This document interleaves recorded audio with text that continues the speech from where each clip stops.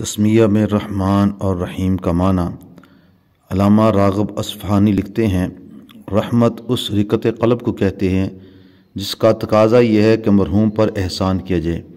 کبھی یہ لفظ رقت کے معنی میں استعمال ہوتا ہے اور کبھی صرف احسان کے معنی میں، اور جب رحمت اللہ تعالیٰ کی صفت ہو تو پھر اس کا معنی صرف احسان اور افضال ہے، نہ کہ رقت قلب، اور جب رحمت آدمیوں کی صفت ہو تو پھر اس کا معنی رقت اور شفقت ہے۔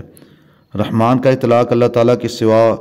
اور کسی پر کرنا جائز نہیں ہے، کیونکہ رحمان کا معنی ہے وہ ذات جس کی رحمت ہر چیز کو محیط ہے، اور اس کا معنی مصداق اللہ تعالیٰ کے سوا اور کوئی نہیں ہو سکتا۔ اور رحیم کا اطلاق اللہ تعالیٰ کے غیر پر بھی ہو سکتا ہے، کیونکہ رحیم کا معنی ہے جو بہت رحم کرتا ہے۔ قرآن مجید میں رحیم کا اطلاق اللہ پر بھی ہے اور رسول اللہ صلی اللہ علیہ وسلم پر بھی ہے۔ اللہ تعالیٰ نے اپنے متعلق فرمایا، ان اللہ بالناس لرؤوف الرحیم، بے شک اللہ تعالیٰ لوگوں پر نہایت مہربان اور بہت رحم فرمانے والا۔ سورہ حج کے اندر اور سورہ توبہ کے اندر نبی پاک صلی اللہ علیہ وسلم کے متعلق فرمایا، لقد جاءکم رسول من انفسکم عزیز علیہ ما عنتم حریص علیکم بالمؤمنین رؤوف الرحیم،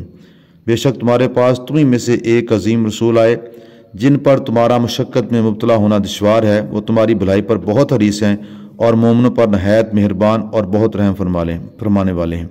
اور ایک قول یہ ہے کہ اللہ تعالیٰ دنیا میں رحمان ہے کیونکہ دنیا میں اس کا احسان مومنوں اور کافروں دونوں پر ہے، اور آخرت میں رحیم ہے کیونکہ آخرت میں اس کا احسان صرف مومنوں پر ہی ہوگا، کافروں پر نہیں ہوگا۔